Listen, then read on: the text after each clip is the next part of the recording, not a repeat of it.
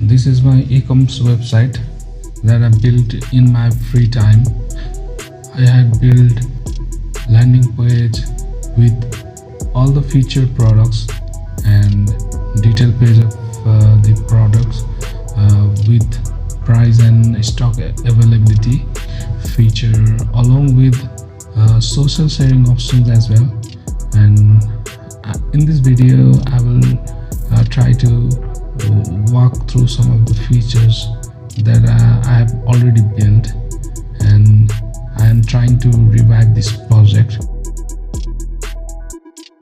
and I will try to convert this project into PERN stack. That means Postgres, Express, and React and Node.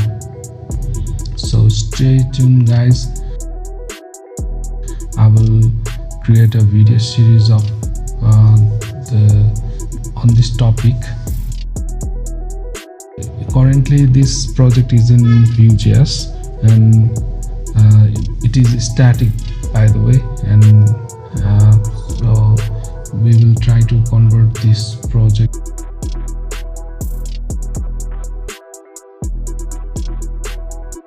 I'm planning to open source this project, so stay tuned, guys. This project can be helpful for some of the beginners, and let's see.